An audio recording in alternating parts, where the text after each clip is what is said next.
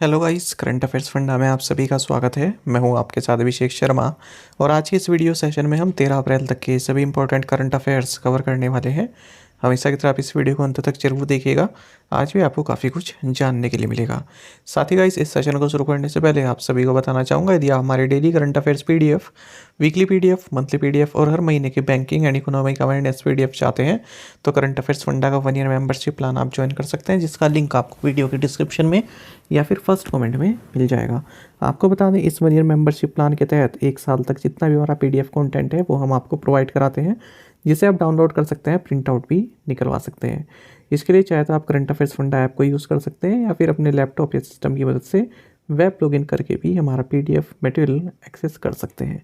कोई भी एग्जाम हो, बैंकिंग, एसएससी, रेलवे या फिर स्टेट पीसीएस, जहाँ पर भी करंट अफेयर्स या जनरल आपका करंट अफेयर्स या फिर जनरल अवेयरनेस पूछी जाती है, सभी एग्जाम्स के लिए हमारा पीडीएफ कंटेंट काफ़ी यूज़फुल है। कोई भी अगर आपका डाउट है हमारे इस पीडीएफ कोर्स संबंधित तो कमेंट बॉक्स में अवश्य लिखेगा।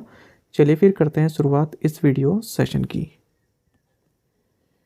इससे पहले आपको बता दें, जितने भी हमारे करंट अफेयर्स फंडा के पेड सब्सक्रिप्शन यूज़र्स हैं उनके लिए एक ज़रूरी सूचना है। आप सभी अपने मोबाइल में ही पीडीएफ डाउनलोड कर सकते हैं। इसका जो फीचर है वो इनेबल कर दिया गया है। पीडीएफ के आगे एक डाउनलोड एरो डाउन का एक बटन होगा, उस पर क्लिक करोगे तो आपके जो फ़ोन में जो इंटरनल स्टोरेज है उसमें पीडीएफ डाउनलोड हो जाएगी। ठीक है, उसके बाद आप उसको प्रिंट आउट निकलवा सकते हैं। और वेब एक्सेस में अभी केवल रीडिंग मोड में ही एक्टिवेट है। ठीक है, तो आप अपने मोबाइल में डाउनलोड कर लीजिए, आपके इंटरनल स्टोरेज में पीडीएफ डाउनलोड हो जाएगी। उसके बाद ट्रांसफ़र करके आप प्रिंट आउट निकलवा सकते हैं। चलिए आज का क्वेश्चन देख लेते हैं। इसका आंसर आपको कमेंट बॉक्स में करना है। The symbol of zero discrimination day is, शून्य भेदभाव दिवस का प्रतीक क्या होता है? पैरट, पिजन, बटरफ्लाई या फिर पीकॉक। हाल ही में त्रिपुरा में जो स्टेट पीसीएस का पेपर हुआ था, वहाँ पर ये क्वेश्चन पूछा गया था। जल्दी से आंसर कर दीजिए, फिर हम आगे बढ़ते हैं। और इसी तरह के क्वेश्चन यदि आप प्रैक्टिस करना चाहते हैं तो करंट अफेयर्स फंडा को टेलीग्राम पर जरूर ज्वाइन कर लीजिए। Who has been appointed as the chief investment officer by LIC. LIC द्वारा मुख्य निवेश अधिकारी के रूप में किसे नियुक्त किया गया है? ऑप्शंस आपके सामने हैं। सही आंसर ऑप्शन डी है, रत्नाकर पटनायक। देखिए, आपको जानना चाहिए, life insurance corporation of India यानी कि एलआईसी, इसने पीसी पाकरे इनको चीफ रिस्क ऑफिसर और रत्नाकर पटनायक इनको चीफ इन्वेस्टमेंट ऑफिसर अपॉइंट किया है। जो पीसी पाकरे हैं ये तबलेश पांडे को रिप्लेस करेंगे। तबलेश पांडे मैनेजिंग डायरेक्टर बनाए गए हैं एलआईसी में, और रत्नाकर पटनायक ये पीआर मिश्रा को रिप्लेस करेंगे। तो 2 तरह की अपॉइंटमेंट है यहाँ पर, चीफ रिस्क ऑफिसर और चीफ इन्वेस्टमेंट ऑफिसर। हमने क्वेश्चन में पूछा है चीफ इन्वेस्टमेंट ऑफिसर, जिसका आंसर है रत्नाकर पटनायक। आपको जानना चाहिए life insurance corporation of India के बारे में। इसका हेडक्वार्टर्स मुंबई महाराष्ट्र में है। स्थापना 1 सितंबर 1956 को हुई थी। और आपको बता दें, 14 मार्च 2023 से एलआईसी के इंटरिम चेयरमैन सिद्धार्थ मोहंती हैं। 3 मंथ्स के लिए इनकी अपॉइंटमेंट की गई है। Which city hosted the India France business summit and CEOs round table. किस शहर ने भारत फ्रांस व्यापार शिखर सम्मेलन और सीईओ गोलमेज सम्मेलन की मेजबानी की है? ऑप्शंस आपके सामने है। सही आंसर ऑप्शन बी है, पेरिस। आपको जानना चाहिए, इंडिया की जो union minister of Commerce and industry, consumer affairs, food and public distribution and textiles हैं पीयूष गोयल। इन्होंने हाल ही में पेरिस फ्रांस में India France business summit and CEOs round table को संबोधित किया है। आपको बता दें, ये इवेंट ऑर्गेनाइज किया गया एम्बेसी ऑफ इंडिया के द्वारा। किसके साथ मिलकर? Confederation of Indian Industry CII, Mouvement des Entreprises de France MEDEF और Indo French Chamber of Commerce and Industry IFCCI के साथ मिलकर। अच्छा, इस मौके पर पीयूष गोयल ने यह भी बताया कि जो भारत का एक्सपोर्ट्स है ये ट्रिपल हो जाएगा 2030 तक। अभी 765 बिलियन US डॉलर का है और 2 ट्रिलियन US डॉलर का हो जाएगा 2030 तक। बाकी आपको जानना चाहिए, इस मौके पर जो vice president CII and chairman managing director ITC limited है संजीव पुरी, ये भी मौजूद रहे। साथ ही DG of CII Chandrajit Banerjee भी मौजूद रहे। Where was the international conference on defence finance and economics held. रक्षा, वित्त और अर्थशास्त्र पर अंतर्राष्ट्रीय सम्मेलन कहाँ आयोजित किया गया? ऑप्शंस आपके सामने हैं। सही आंसर ऑप्शन सी है, न्यू दिल्ली। आपको जानना चाहिए डिफेंस मिनिस्टर राजनाथ सिंह ने 3 दिन तक चलने वाले international conference on defence finance and economics को इनोग्रेट किया है न्यू दिल्ली में। आपको बता दें इस कॉन्फ्रेंस का मकसद है जो गवर्नमेंट ऑफिशियल्स हैं, पॉलिसी मेकर्स हैं और एकेडमेटिशियंस हैं उनको एक यूनिक प्लेटफॉर्म प्रोवाइड करना ताकि वे डिफेंस फाइनेंस एंड इकोनॉमिक्स पर अपने इंसाइट्स या फिर अपने एक्सपीरियंस शेयर कर सकें। आपको जानना चाहिए इस इवेंट को USA, Japan, Australia, UK, Sri Lanka, Kenya, Bangladesh द्वारा अटेंड किया जा रहा है। Who launch the unified portal of the central bureau of narcotics? केंद्रीय नार्कोटिक्स ब्यूरो का एकीकृत पोर्टल किसने लॉन्च किया? ऑप्शंस आपके सामने है। सही आंसर ऑप्शन डी रहेगा, रेवेन्यू सेक्रेटरी। देखिए unified portal of the central bureau of narcotics ये लॉन्च किया गया है रेवेन्यू सेक्रेटरी संजय मल्होत्रा के द्वारा। इस मौके पर नार्कोटिक्स कमिश्नर दिनेश कुमार बुद्ध भी मौजूद रहे। आपको जानना चाहिए जो पोर्टल है ये सिस्टम में एफिशिएंसी एंड ट्रांसपेरेंसी इंस्टॉल करेगा, साथ ही फार्मा इंडस्ट्री द्वारा जो टाइम लगता है ट्रेड लाइसेंस पाने में उसको भी रिड्यूस करेगा। आपको जानना चाहिए सेंट्रल ब्यूरो ऑफ नार्कोटिक्स ये डिपार्टमेंट ऑफ रेवेन्यू द्वारा एफिलिएटेड है और हमारा जो central board of indirect taxes and customs है इसके द्वारा रेगुलेटेड है। इसका मेन फंक्शन होता है ओपीएम प्रोडक्शन को स्टॉप करना, इसके ट्रेड को रोकना और जो लीगल सिंथेटिक ड्रग्स हैं उनके लिए लाइसेंस प्रोवाइड करना। सेंट्रल ब्यूरो ऑफ नार्कोटिक्स का हेडक्वार्टर्स ग्वालियर मध्य प्रदेश में है। What is the funding line amount provided by GICA and Citibank to IndusInd Bank? GICA और सिटीबैंक द्वारा इंडसइंड बैंक को प्रदान की जाने वाली फंडिंग लाइन राशि कितनी है? ऑप्शंस आपके सामने है। सही answer option D, IndusInd bank. देखिए Japanese lender Japan International Cooperation Agency यानी कि GICA ये सिटी बैंक के साथ मिलकर जो इंडसइंड बैंक है हमारा डोमेस्टिक प्राइवेट सेक्टर बैंक इसको $125 मिलियन की फंडिंग लाइन प्रोवाइड कराएगा जिसे इंडसइंड बैंक अपने जो एग्रीकल्चर सेक्टर में जो लैंडिंग के लिए यूज़ करेगा। आपको बता दें इसमें किस तरह से अमाउंट डिस्ट्रीब्यूट रहेगा।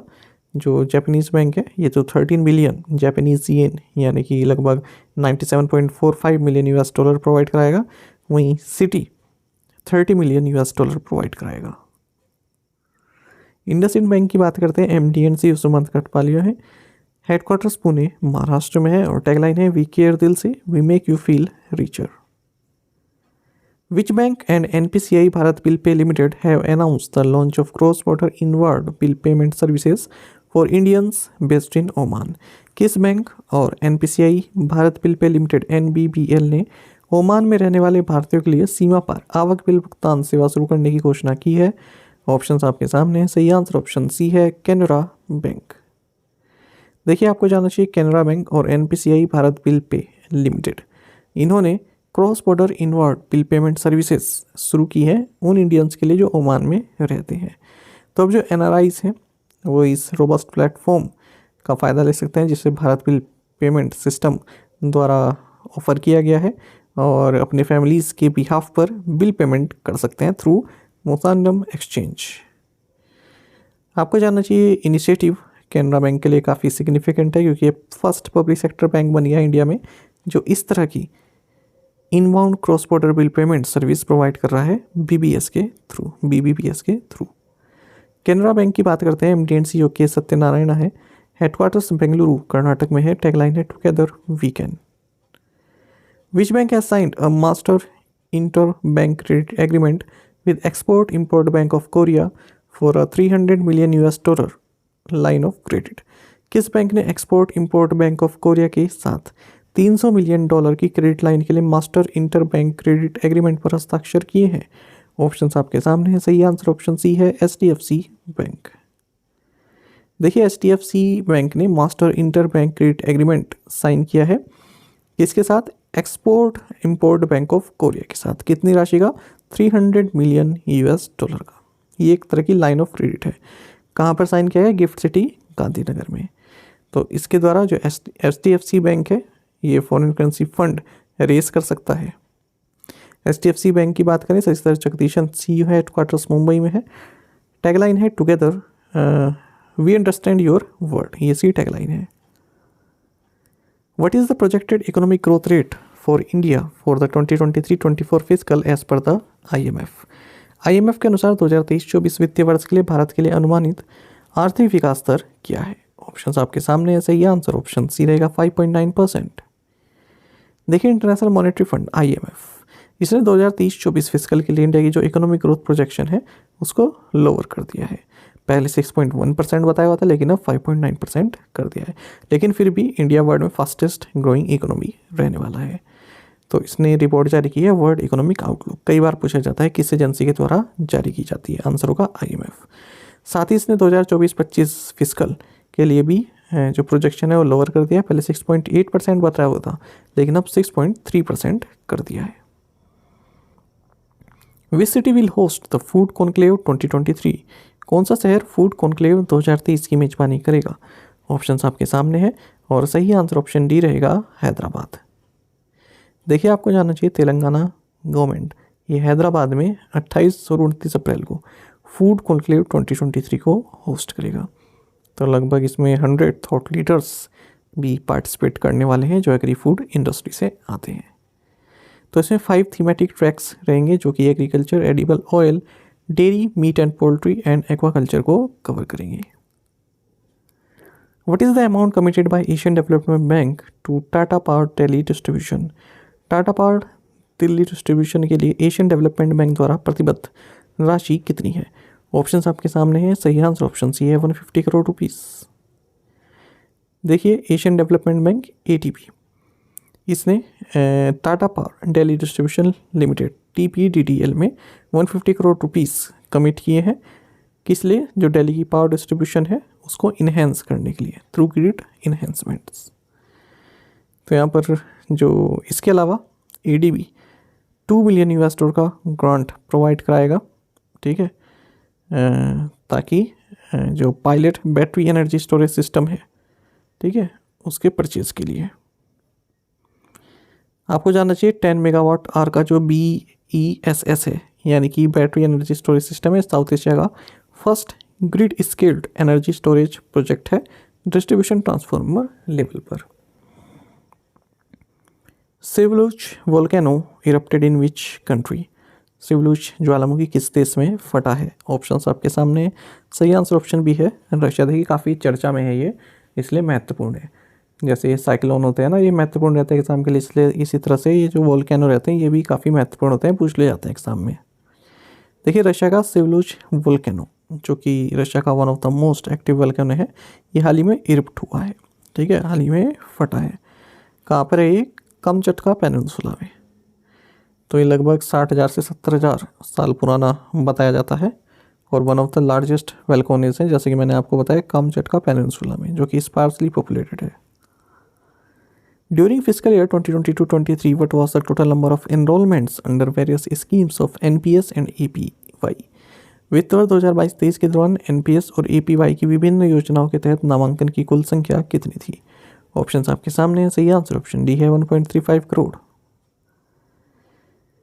देखिए जो टोटल एनरोलमेंट्स हैं under various schemes of national pension system and Atal pension योजना, ये 1.35 करोड़ का आंकड़ा पार कर चुकी है फाइनेंशियल 2022-23 के दौरान, ठीक है, जिसमें कि 10 लाख से ज़्यादा के सब्सक्राइबर NPS से संबंधित हैं और 1.19 करोड़ से ज़्यादा के सब्सक्राइबर APY से संबंधित हैं। Which state has recently started the दृश्य scheme for the survey of agriculture and horticulture crops? किस राज्य ने हाल ही में कृषि और बागवानी फसलों के सर्वेक्षण के लिए दृश्य योजना शुरू की है? ऑप्शंस आपके सामने, सही आंसर ऑप्शन बी है हरियाणा। देखिए हरियाणा के चीफ सेक्रेटरी संजीव कौशल, इन्होंने drone imaging and information service of Haryana limited दृश्य इसको लॉन्च किया है। किस लिए? इंफ्रास्ट्रक्चर प्रोजेक्ट्स के सर्वे के लिए और एग्रीकल्चर एंड हॉर्टिकल्चर क्रॉप्स के मॉनिटरिंग के लिए चंडीगढ़ में लॉन्च किया गया। आपको बता दें जो ये दृश्य है, ठीक है, ये साथ साथ जो पायलट ड्रोन ट्रेनिंग है ये भी प्रोवाइड कराएगी जो यूथ हैं स्टेट में उनको। तो एम्प्लॉयमेंट जनरेट करने का काम भी ये स्कीम करने वाली है। हरियाणा की बात करते हैं, चीफ मिनिस्टर मनोहर लाल खट्टर हैं, कैपिटल चंडीगढ़ है, गवर्नर है Bandaru Dattatreya. In which state will the world first Asian king vulture conservation and breeding centre be inaugurated? विश्व के पहले एशियाई किंग गिद्ध संरक्षण और प्रजनन केंद्र का उद्घाटन किस राज्य में किया जाएगा? ऑप्शन आपके सामने है, सही आंसर ऑप्शन डी है, उत्तर प्रदेश। देखिए उत्तर प्रदेश के महाराजगंज डिस्ट्रिक्ट में Jatayu conservation and breeding centre, ये वर्ल्ड का first conservation and breeding centre है जो कि बनाया जा रहा है और डिज़ाइन किया जा रहा है exclusively for the conservation of Asian king vulture. जो एशियन किंग वल्चर है उसके संरक्षण के लिए बनाया जा रहा है और जल्द ही जो उत्तर प्रदेश के सीएम है योगी आदित्यनाथ उनके द्वारा इनोग्रेट किया जाएगा। आपको बता दें एशियन किंग वल्चर ये क्रिटिकली इंडेंजर्ड स्पीसीज है और वाइल्ड लाइफ प्रोटेक्शन एक्ट के तहत प्रोटेक्टेड है। वैसे रेड हेडेड वल्चर बोलते हैं या फिर सर्कोजिप्स कैल्वस्पीस को बोलते हैं, नॉर्दर्न इंडिया में पाया जाता है ज़्यादातर। Which of the following has announced a new campaign called Stay Safe to educate users on safety features? निम्नलिखित में से किसने सुरक्षा सुविधाओं पर उपयोगकर्ताओं को शिक्षित करने के लिए स्टे सेफ नामक एक अभियान की घोषणा की? ऑप्शंस आपके सामने, सही आंसर ऑप्शन डी है, व्हाट्सएप। देखिए व्हाट्सएप ने एक नया कैंपेन अपना लॉन्च किया है, स्टे सेफ विद व्हाट्सएप। तो इसने अपने मैसेजिंग ऐप पर जो कई तरह के सेफ्टी फीचर्स जो इसने जारी किए हैं उनको हाईलाइट करने के लिए। तो लगभग 3 महीने तक चलेगा और कई तरह के फीचर्स हैं इसमें, block and report, 2 step verification, privacy and group settings, उनको हाईलाइट करेगा और बताएगा कि क्यों 2 स्टेप वेरिफिकेशन ज़रूरी है जिसमें आपको 6 डिजिट पिन रिक्वायर होता है और OTP भी चाहिए होता है यूज़र को अपने ऑथेंटिकेशन के लिए। What is the name of the High Court where Justice Aparesh Kumar Singh has been appointed as the Chief Justice? न्यायमूर्ति अपरेश कुमार सिंह को किस उच्च न्यायालय में मुख्य न्यायाधीश नियुक्त किया गया है? सही आंसर ऑप्शन ए रहेगा, त्रिपुरा हाई कोर्ट। देखिए प्रेसिडेंट ऑफ इंडिया ने जस्टिस अपरेश कुमार सिंह जो कि अब तक झारखंड हाई कोर्ट में जज रहे, इन्हें त्रिपुरा हाई कोर्ट का चीफ जस्टिस नियुक्त किया है। Whereas ONGC commissioned a new gas collecting station, ONGC ने नया गैस कलेक्टिंग स्टेशन कहाँ चालू किया? ऑप्शंस आपके सामने है, सही आंसर ऑप्शन ए है, बोकारो। देखिए इंडिया का टॉप एक्सप्लोरर ONGC यानी कि oil and natural gas corporation limited, इसने हाल ही में Bokaro coal bed methane block जो कि झारखंड में है, यहाँ पर एक नया गैस कलेक्टिंग स्टेशन GCS को लॉन्च किया है। ठीक है, तो एक काफ़ी मेजर प्रोडक्शन इंस्टॉलेशन है यहाँ पर बोकारो में, IOCL के साथ जॉइंट वेंचर में लॉन्च किया है। What is the name of the countries first ever real estate investment trust and infrastructure investment trust index? देश के पहले real estate investment trust and infrastructure investment trust index का नाम क्या है? ऑप्शंस आपके सामने है, सही आंसर ऑप्शन ए है, Nifty REITs and InvITs index. देखिए मैं आपको ये बताने वाला हूँ कि रिट्स एंड इनविट्स में क्या अंतर होता है, किस तरह से कार्य करते हैं, इसलिए आप ध्यान से सुनिएगा। काफ़ी सिंपल लैंग्वेज में मैं आपको बताने की कोशिश करूँगा। पहले आप ये जान लीजिए कि इस क्वेश्चन का आंसर क्या है। देखिए NSE इंडिसेस लिमिटेड जो कि नेशनल स्टॉक एक्सचेंज की एक आर्म है, इसने इंडिया का first ever real estate investment trust and infrastructure investment trust index जिसका नाम Nifty REITs and InvITs index है, इसको लॉन्च किया है। आपको जानना चाहिए जो रियल इस्टेट इन्वेस्टमेंट ट्रस्ट है और इंफ्रास्ट्रक्चर इन्वेस्टमेंट ट्रस्ट है यानी कि इनविट्स, ये एक इन्वेस्टमेंट व्हीकल होते हैं जिससे आप रेगुलर इनकम कमाते रहते हैं लॉन्ग टर्म में। तो देखिए जैसे रेट्स है, ठीक है, रियल इस्टेट इसके नाम में ही है तो ये रियल इस्टेट प्रोजेक्ट में इन्वेस्ट करता है, जबकि इनविट्स इसके नाम में इंफ्रास्ट्रक्चर है तो ये इंफ्रास्ट्रक्चर प्रोजेक्ट्स में इन्वेस्ट करता है। ठीक है, अच्छा अब आपको जानना चाहिए जो Nifty REITs and InvITs index है, इनकी बेस वैल्यू 1000 है और इनको रिव्यू किया जाएगा क्वार्टरली बेसिस पर। अब मैं आपको बताता हूँ रेट्स एंड इनविट्स आखिर हैं क्या। आप कई बार सुनते हैं ना, तो ध्यान से सुनिएगा, आपको समझ में आ जाएगा।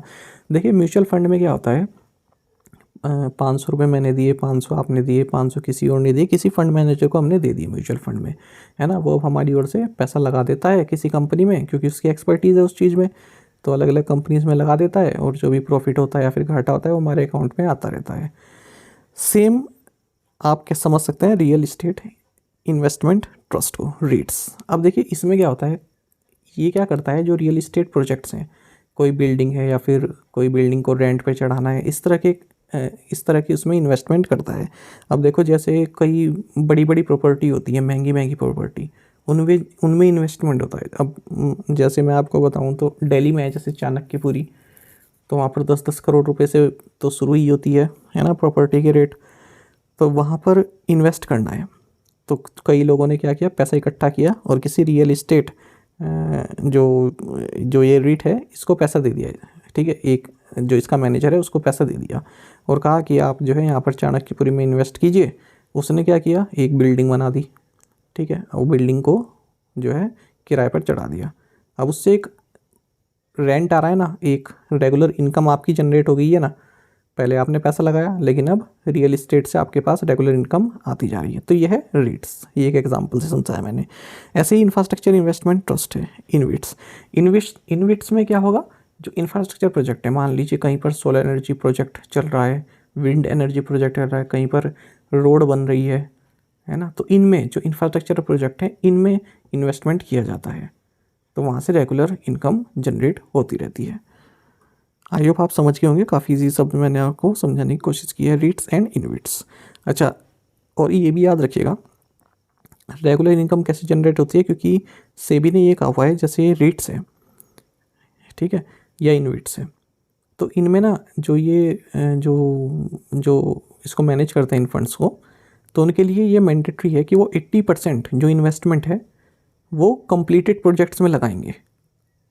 ठीक है, ऐसे नहीं जो शुरुआत हो रही है, अंडर कंस्ट्रक्शन है, कंप्लीटेड प्रोजेक्ट हैं, जो कमर्शियल प्रोजेक्ट्स हैं, कोई बिल्डिंग बनी हुई है उसमें आप लगाओगे ताकि रेगुलर इनकम आ सके, है ना। अब किसी ने अपना पैसा, किसी की बहुत काफ़ी महंगी जो है प्रॉपर्टी है, ठीक है, वो बेच दी, तो रेट्स ने उसको ख़रीद लिया, फिर उसको और महंगे दाम में बेच दिया, इस तरह से। और 20% आप उनमें लगा सकते हैं जो अंडर कंस्ट्रक्शन प्रोजेक्ट्स हैं। तो जब आप जो है 80% पैसा आपका किसी वेल इस्टेब्लिश्ड जगह पर लग रहा है, तो ऑब्वियस सी बात है कि इनकम तो आपकी बनेगी ही उससे। What is the name of the university that awarded the honorary doctorate to PT Usha? PT Usha को डॉक्टरेट की मानद उपाधि प्रदान करने वाले विश्वविद्यालय का नाम क्या है? ऑप्शंस आपके सामने है। सही आंसर ऑप्शन सी है, सेंट्रल यूनिवर्सिटी ऑफ केरला।